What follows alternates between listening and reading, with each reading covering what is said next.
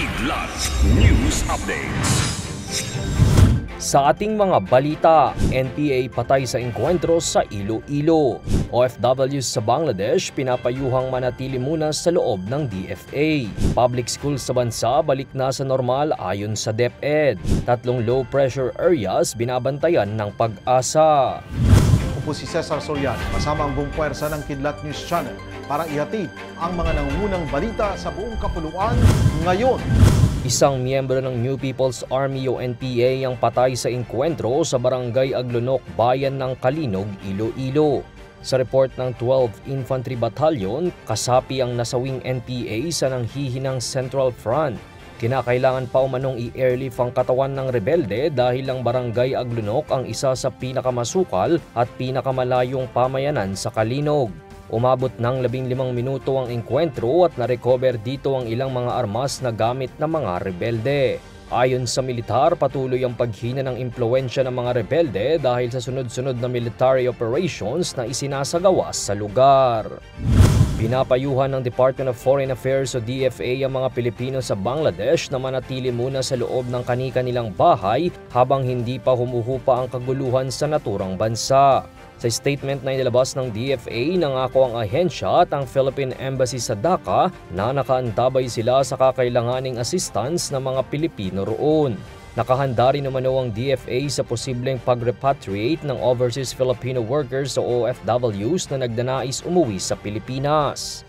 Ayon sa Department of Migrant Workers o DMW, ligtas naman ang 700 OFWs na nasa Bangladesh. Giit ni DMW Secretary Hans Leo Kakdak, kanilang pangunahing prioridad na matiyak ang kaligtasan at kapakanan ng mga OFWs. Nag-resign si Bangladesh Prime Minister Sheikh Hasina at tumakas ng bansa nitong Lunes matapos ang malawakang kilos protesta na nagresulta sa pagkamatay ng 71 individual.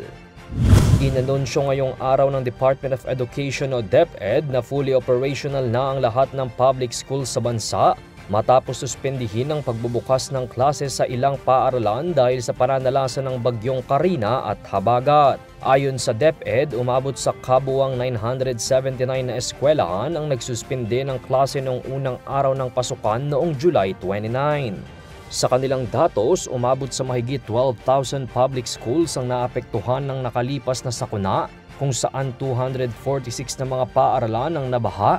Nasa 425 schools naman ang pansamantalang ginawang evacuation centers. Samantala, umabot naman sa mahigit 23 million enrollees ang naitala ng DepEd mula elementary hanggang high school para sa school year 2024 to 2025 sa lahat ng pampubliko at pampribadong paaralan kasama ang alternative learning system.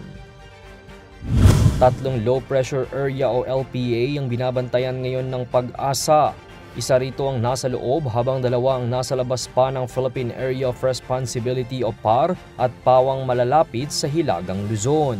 Ang pinakamalayong LPA ang may mas malaking tsansang ma-develop na isang tropical cyclone, ngunit ang 3 ito ay nagpapalakas sa southwest monsoon o habagat.